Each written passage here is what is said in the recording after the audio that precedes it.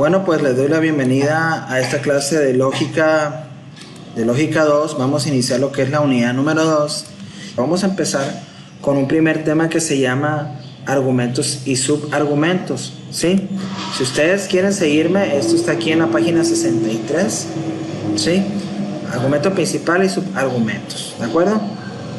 Lo voy a hacer un poquito más grande, ¿sí? Y vamos a leer un poquito, y para esto pues sí les voy a pedir la participación de ustedes, que me ayuden a la lectura de lo que es esos cuadritos en color rojo que les puse, que para mí es algo importante de mencionar. Y si quiere alguien poner ahí su manita, de levantarla para ayudarme a leer, se los agradecería. Los argumentos son una condición no de la argumentación, fundamento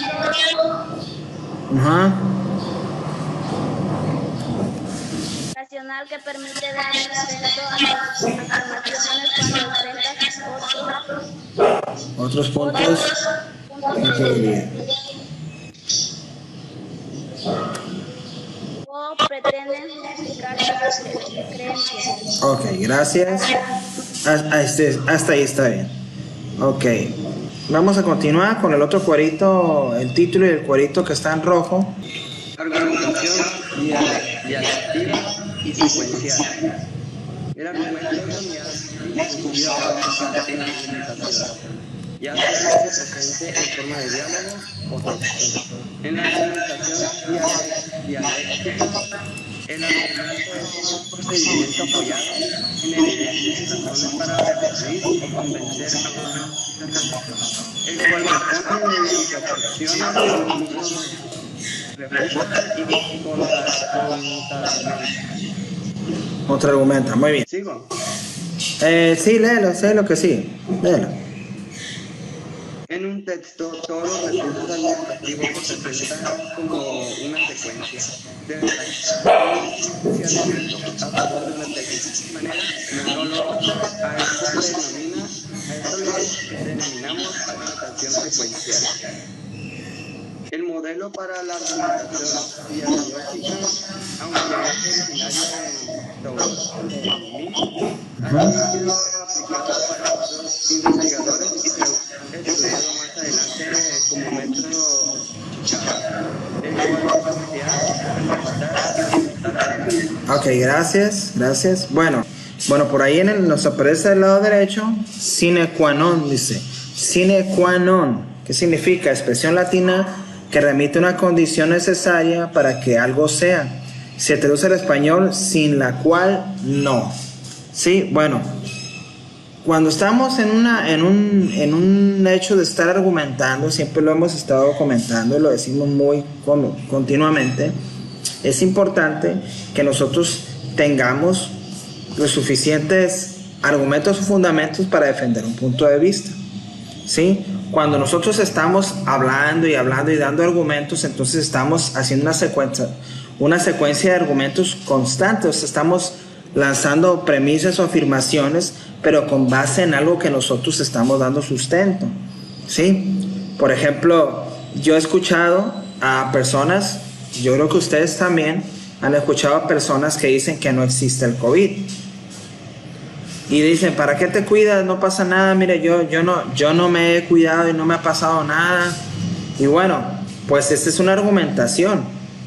Es una argumentación, pero la verdad es que sí sería bueno pedirles sobre qué se están apoyando para decir que no existe. Porque pues yo le puedo dar un contraargumento, decirle, bueno, si no existe, entonces explícame por qué hay mucha gente en los hospitales teniendo dificultades para respirar, y porque hay gente que ha muerto, mucha gente que ha muerto, conocidos de todos nosotros. Entonces, ¿cómo me puedes explicar eso? ¿Cómo puedes dar una explicación a eso? Si tú dices que no existe, bueno, yo te doy un contraargumento y te digo, mira, yo creo que sí existe por estas razones. A lo mejor yo no soy un experto en los virus o en ese tipo de cosas, pero pues es evidente que hay algo está pasando. Ahora, que no te hayas enfermado, pues también puede tener una explicación. Puede ser que tengas muy buen sistema inmunológico. O sea, que a pesar de que te haya entrado la enfermedad, no la hayas sentido y tu sistema inmune haya matado el virus, no lo haya permitido que te enfermaras. Y otra cosa más, que has tenido demasiada suerte para no enfermarte, porque no has estado con personas que estén con el virus. Pues entonces, pues ese sería mi contraargumento con una persona que dice que no existe.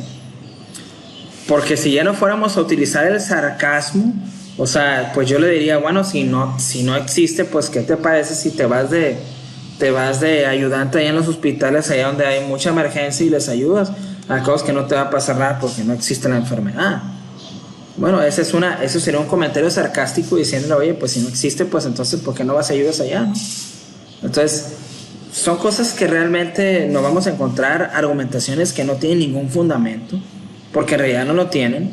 Pero entonces cuando nosotros vamos a empezar a decir o a defender algo o dar un contraargumento, pues entonces tenemos que tener también nosotros razones y fundamentos que sustenten lo que estamos diciendo. Eso lo hemos comentado muchísimas veces, ¿no? Bueno, vamos a leer un poquito más la estructura compleja de la argumentación.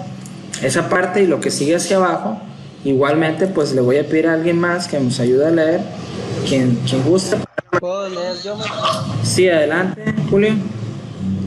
La estructura compleja de la argumentación. En toda argumentación real se presenta aspectos lógicos, dialécticos y retóricos. En esta apartado nos interesa destacar solo el espacio lógico de la argumentación, es decir, aquel que hace explícito el apoyo que recibe una conclusión sobre la base de ciertas premisas. Vamos a ignorar en este sentido el aspecto dialéctico, que se realiza de cara en un interlocutor, lo mismo que el retórico, que consiste en tratar de convencer a un auditor. Continúa. Espérame. Ahí está. La estructura de la argumentación puede llegar a ser muy compleja, pero en términos simples se compone de enunciados y argumentos. La argumentación simple se integra por la relación entre un enunciado que se afirma como conclusión y otros que se ofrecen como razones o premisas que para que sea en una argumentación compleja, por el contrario, es posible observar relaciones entre enunciados, entre argumentos o entre argumentos y enunciados. Ahí está, listo, gracias. O sea que en una argumentación más compleja utilizamos mayores afirmaciones, mayores razones, sí, damos más información y tratamos de darle sustento a lo que estamos diciendo. Vamos diciendo que una argumentación simple es simplemente una afirmación con algo que fundamento y hasta ahí. Y una argumentación más compleja tiene una serie de argumentos dentro de la misma argumentación, una serie de razones por las cuales yo estoy defendiendo lo que estoy defendiendo, ¿sí? O sea, bueno, volvemos al tema. Oye, no existe el COVID, mira, yo no me he cuidado. Ese es el vamos diciendo la premisa, no existe el COVID. La premisa es cuando afirmamos algo, ¿no? Entonces, bueno, entonces yo inmediatamente le voy a pedir una razón, un por qué. Porque tú me puedes decir lo que quieras, pero a ver, explícame, dame el porqué de las cosas, ¿no? Y ahí es donde entra la parte importante de la persona cuando defiende un punto de vista. Y cuando nosotros nos damos cuenta que vale más, ni le hacemos caso, ¿no? Por las cosas que está diciendo, porque a veces que la gente es muy necia. La gente es muy necia y se agarra en sus ideas, y bueno, está bien.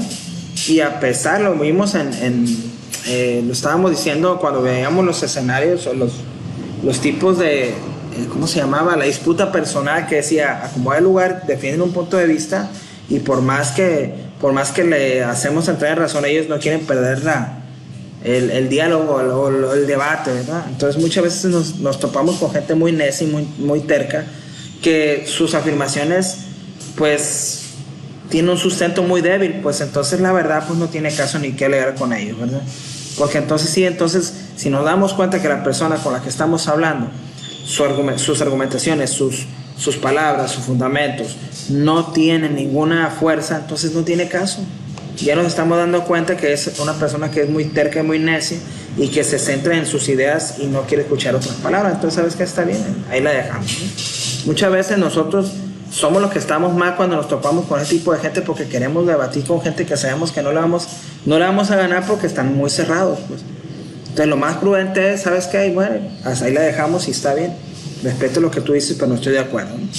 Que eso es muy importante también. O sea, el hecho de que yo escucho a una persona y que sepa entender, hay que decirle, ¿sabes qué? Está bien, entiendo lo que dices, pero no estoy de acuerdo. Pero está bien. Si el otro se enoja porque no está de acuerdo, pues el problema de él o de ella. Porque tú le das una razón y entonces entra en ese diálogo y tú ves que es muy cerrado o muy cerrada. Y dices, está bien, no estoy de acuerdo, te respeto lo que tú dices, no, pero no estoy de acuerdo.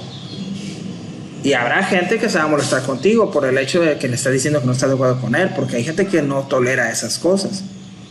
Hay muchísima gente que quiere obligar a que pienses igual que ellos y tienen un problema acá cultural o emocional o mental donde no aceptan que pienses diferente a ellos, ¿no?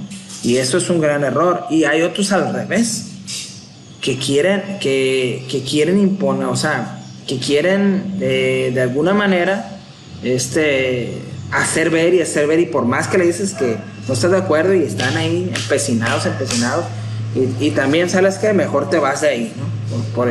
Porque es gente que es muy terca, pues. Entonces, bueno, ese es un tipo de escenarios que se van presentando, pero volvemos a lo mismo, a la base principal. Cuando yo voy a dar un argumento, tengo que tener fundamentos, ¿sí? Bueno, vamos a continuar. ¿Alguien más quiere leer?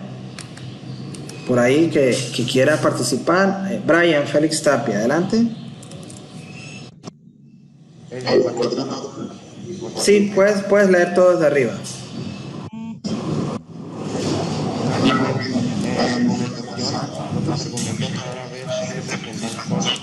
Lo más común es encontrarlo en las argumentos. Por ello, resulta adecuado distinguir en la estructura argumental la intras del argumento, es decir, distinguir el argumento principal de los subargumentos de este. En la argumentación compleja, el argumento principal es así que incluye otros argumentos simples en su estructura. Por su parte, un argumento simple es el que no contiene otros argumentos como elementos de su estructura. El argumento principal es considerado como todo y los subargumentos se integran en algunas de sus partes, como premisas que apoyan su conclusión. El argumento principal tiene como premisa la conclusión de otro argumento simple, que es considerado subargumento de. Si nosotros nos vamos a la estructura de un argumento, vamos a decir que el argumento tiene premisas y tiene conclusiones, ¿sí? Las premisas son aquellos enunciados que afirmamos algo. Por ejemplo, no existe el COVID. Estoy afirmando algo, es una premisa. Entonces yo pues empiezo a dar razones y esas razones son mi argumentación. Y después de dar esas razones llego a una conclusión. Y esa conclusión, entonces después de dar una razón, las razones son las que me dan pie o la base para llegar a una conclusión, ¿sí? Ahora yo puedo decir, existe el COVID, esa es mi premisa o esa es mi afirmación. Ok, ¿cómo lo sustento? Bueno, porque estamos viendo que mucha gente ha fallecido, hay gente que está en los hospitales, vemos que hay una movilización a nivel mundial y entonces pues ¿qué más pruebas quieres para demostrar que existe ese virus?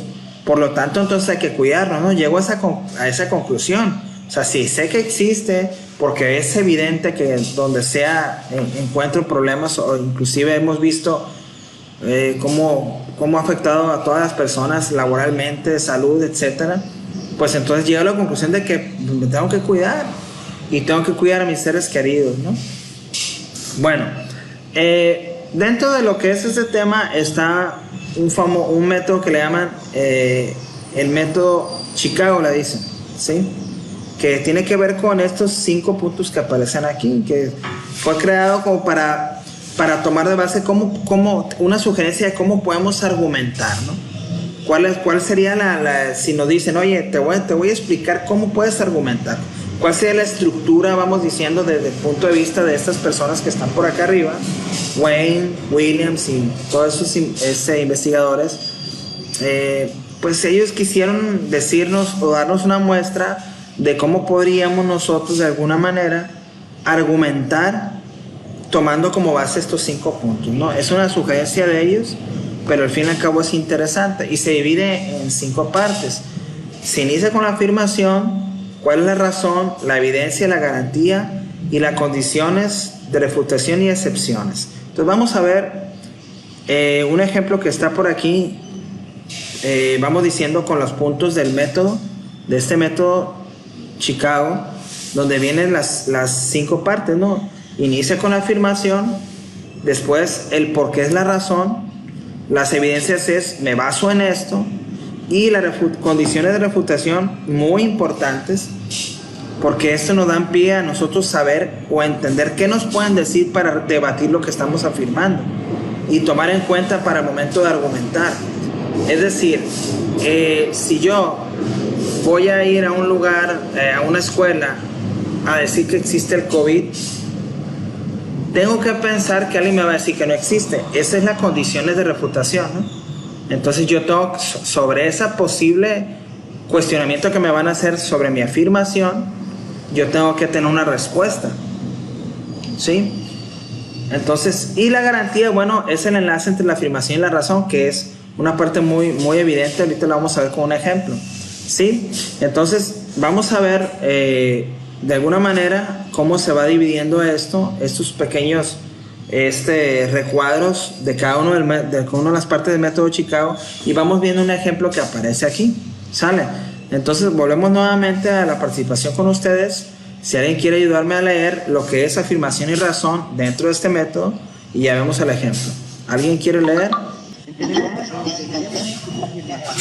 a la razón que aseverar sea verdadero o falso,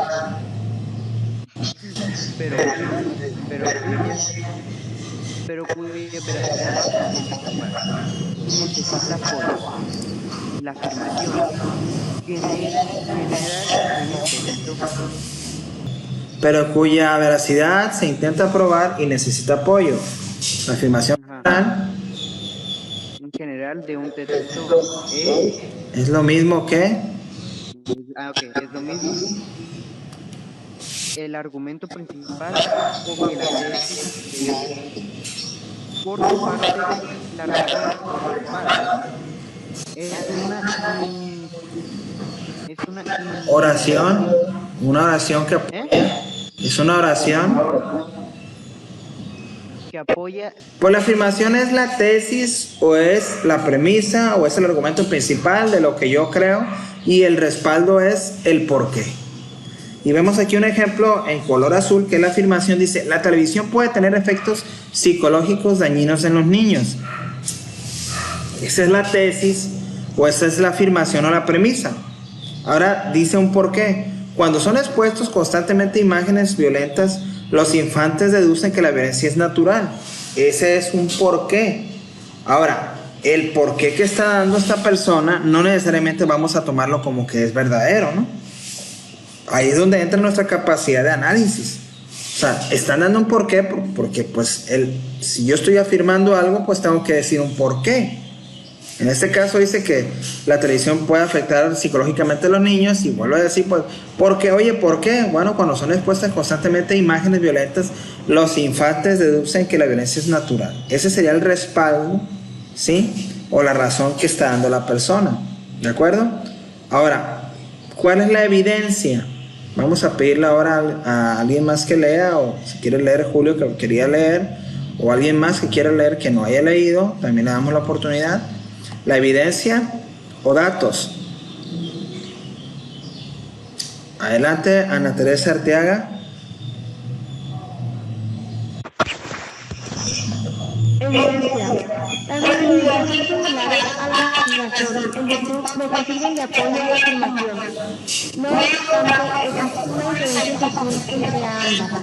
La diferencia más clara en el formulario formulamos las razones por las que introducimos por la lógica. Como hemos visto a lo largo de este curso, en cambio las evidencias no pueden ser intuidas ni deducidas, sino que debemos buscarlas e investigarlas. Es decir, las evidencias son predecibles por los sentidos o son aceptadas de modo general como hechos. Revisemos de nuevo nuestro ejemplo de televisión. Ok, gracias. Entonces dice que, oye, bueno, ok, ¿cuál es tú ya das una razón, y cuál es la evidencia que pones como un dato importante para darle sustento a tu afirmación, ¿no? Dice, un estudio de J. Smith, ese vendría siendo la evidencia, ¿no?, que está mostrando esta afirmación, que encontró que los niños entre 5 y 7 años que ven más de 3 horas de programas violentos al día presentaron un 25% más de probabilidades de afirmar que lo que veían en la televisión era real. Eso es un estudio que sacó una persona, ¿sí? Y bueno, pues ese vendría siendo la evidencia, ¿no? Pero obviamente que cuando volvemos a poner en cierta manera nuestra capacidad de análisis y poner en cuestión o en duda siempre lo que estamos escuchando, porque a pesar de que lo diga una persona que supuestamente es una persona que investigó, tenemos que saber qué tan importante es la evidencia. Por ejemplo, aquí vienen unas preguntas, ¿no? Aquí abajito dice si la información está actualizada, lo que nos está poniendo, o sea, es lo más nuevo que se ha estudiado sobre el efecto que tiene la televisión sobre los niños, ¿sí? Si la fuente es imparcial, o sea, imparcial es que no tenga ninguna conveniencia. Imagínate que un canal de televisión esté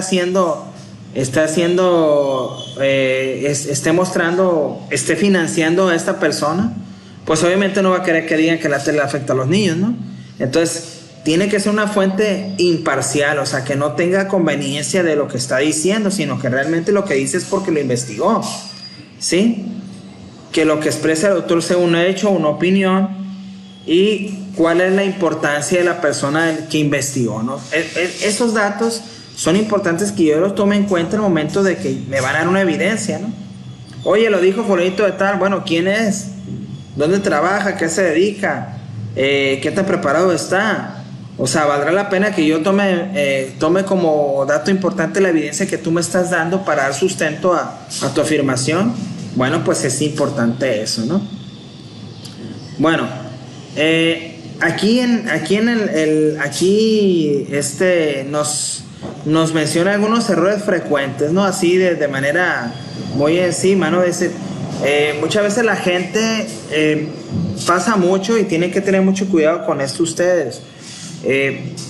Nos pueden dar información sesgada, le dicen. Sesgada quiere decir que no completa, sino una parte la que les conviene a ellos. Pasa mucho en las entrevistas, cuando están entrevistando, sobre todo en la política pasa mucho, ¿no? Están hablando sobre no sé, algún tema en específico y sacan solamente una parte de la entrevista, o sea, sesgan la información, o sea, toman nada más esa parte y te la muestran como algo que dijo la persona, cuando en realidad la información, si la presentamos de manera total, pues realmente no va a ser lo que están dando a entender ellos. O sea, eso pasa mucho, ¿no? Y tenemos que tener cuidado con eso. No es que dijo fulanito de tal que pues se aprobaba por ejemplo, imagínate que le preguntan a una persona que si se aprueba la droga, la marihuana, por ejemplo, decir, ¿no? Y entonces esta persona dice, sí, estoy de acuerdo, siempre y cuando existan las condiciones necesarias de salud, de seguridad para poder apoyar a las personas, y hasta ahí nos dice todo eso.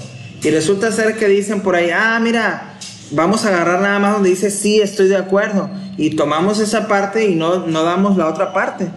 Entonces decimos, el maestro Sergio Barraza dijo que sí está de acuerdo que se legalice la marihuana, pero no dicen la otra parte donde dice por qué sí estaría de acuerdo.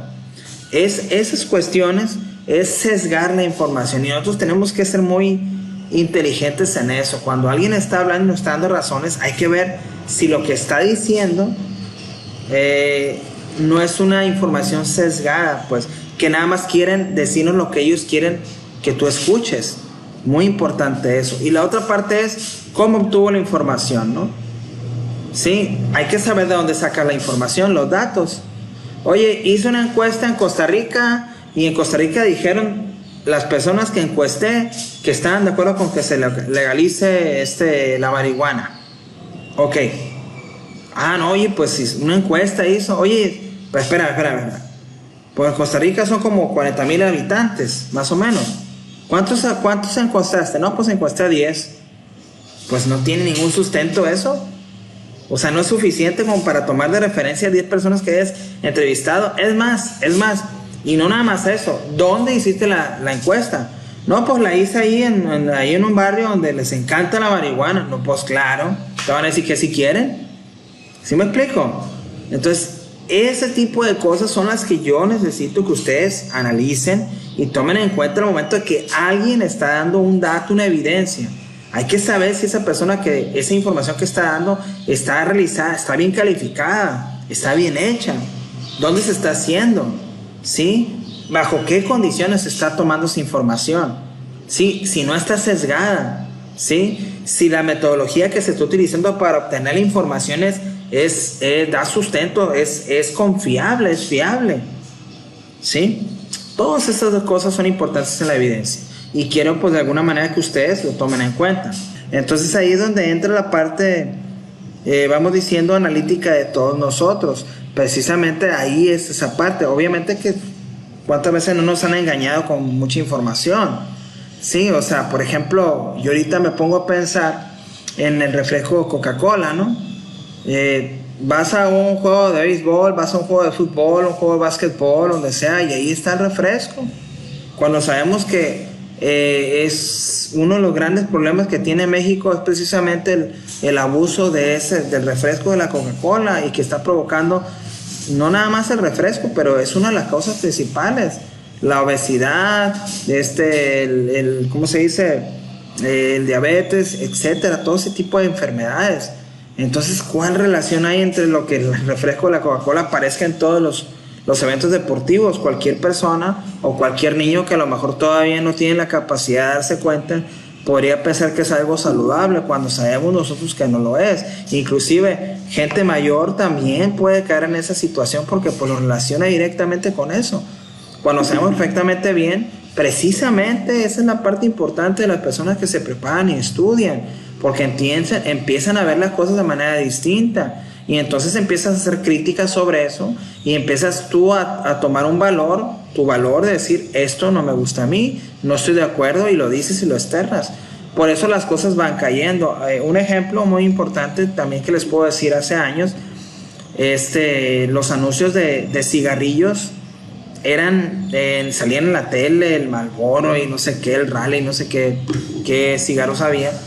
Y entonces resulta ser que una de las causas principales de muerte en México era el cáncer de pulmón, y lo causaban los cigarrillos. Entonces, ¿qué fue lo que pasó? Pues empezaron lo que ya hicieron, muy importante, es que desapareció la publicidad de la televisión de los cigarrillos.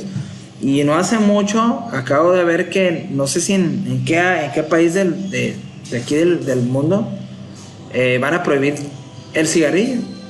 Lo van a prohibir. Porque saben que más que el beneficio está perjudicando muchísimo. Entonces, esas situaciones son las que nosotros debemos de tomar en cuenta en las evidencias, ¿no? Vamos ahí con la parte de las garantías, ¿sí? Que es una parte, es la penúltima. Es un principio, premisa o ley general que conecta una afirmación con una razón, ¿sí? Como está aquí arribita, ¿sí? La garantía es lo que conecta la razón con la afirmación. Bueno, un ejemplo claro dice que a veces la garantía es muy evidente, pero muchas veces hay que decirla, ¿no? Y nos da un ejemplo. El piso está mojado porque anoche llovió, ¿sí? La garantía resulta tan obvia que no es necesario anunciarlo, pero si tuviéramos que hacerlo, podría quedar algo así. El principio que me permite conectar mi afirmación con esta razón es que la lluvia moja. Esa es la garantía, pues es tan evidente que no tengo que decirlo muchas veces, pero la garantía es como la conexión que hay entre la afirmación y el porqué o la razón. Y aquí en el ejemplo me aparece en color verde. La violencia en el ser humano se fomenta y se normaliza cuando nos exponemos repetidamente a ella. O sea, es algo muy evidente, ¿no? Si yo estoy viendo violencia, pues voy a terminar por hacerme violento o tener de alguna manera pensamientos de tipo violento. Eso es la garantía, es algo obvio que está, es la conexión que existe entre lo que es la afirmación y la razón o el porqué, ¿no?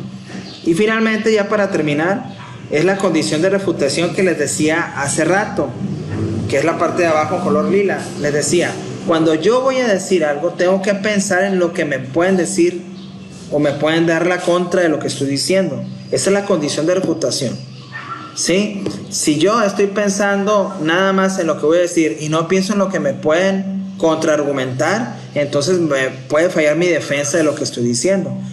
Precisamente las condiciones de excepción, eso es, ¿no? Es tomar en cuenta lo que me pueden decir a mí de lo que estoy afirmando. Y aquí abajo aparece, por supuesto, algunos niños que observan estos programas pueden presentar una atracción previa hacia la violencia. Pero A. Jones concluyó en un estudio que los niños sin predisposición previa hacia la violencia eran atraídos en la misma medida hacia este tipo de imágenes que los niños con historial violento. O sea, en realidad está dando a entender que no necesariamente porque vean programas violentos van a ser violentos. Pues ese es el contraargumento que yo debo de tomar en cuenta y que yo debo imaginar al momento de que yo afirmo algo. Tengo que pensar, ok, me pueden decir esto, me pueden argumentar esto y yo tengo que saber cómo lo voy a contestar. Entonces, cuando yo voy a defender algo, también tengo que tomar en cuenta eso. Y eso hace más fuerte mi defensa o mi argumento. Para revisar la tarea nos vamos al blog www.sergiowas13.wordpress.com y aquí vamos a encontrar primero lo que es la publicación que tiene que ver con el tema que vimos el día de hoy. Ahí pueden descargar la lectura directamente sobre el tema argumentos principales y subargumentos. Después también en el blog tenemos lo que es la tarea de esta semana, que es el cuestionario. Es un cuestionario con algunas preguntas que tienen que ver con lo que acabamos de revisar en este tema. Como saben, todas las tareas se tienen que entregar a más tardar el día viernes.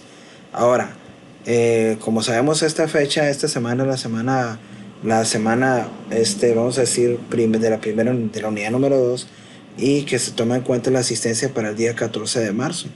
La tarea sería, en este caso, la tarea número 11, obediencia número 11. Así se contabiliza y pues hay que entregarla, como les decía, a más tardar el día viernes. En lo que respecta a la asistencia virtual, esa solamente vale hasta el día lunes 14 de marzo. Antes es válida, pero ya después de esa fecha ya no. Entonces, para que si van a quieren participación y asistencia virtual, bueno, ya saben qué es lo que tienen que hacer. Hasta el día lunes tienen para hacerlo, en este caso a través de YouTube. Bueno, eso sería todo. Cualquier duda, por favor, se comunican conmigo a mi correo sergiobarraza@was.edu.mx. Soy el profesor Sergio Luis Barraza Castillo. Hasta pronto.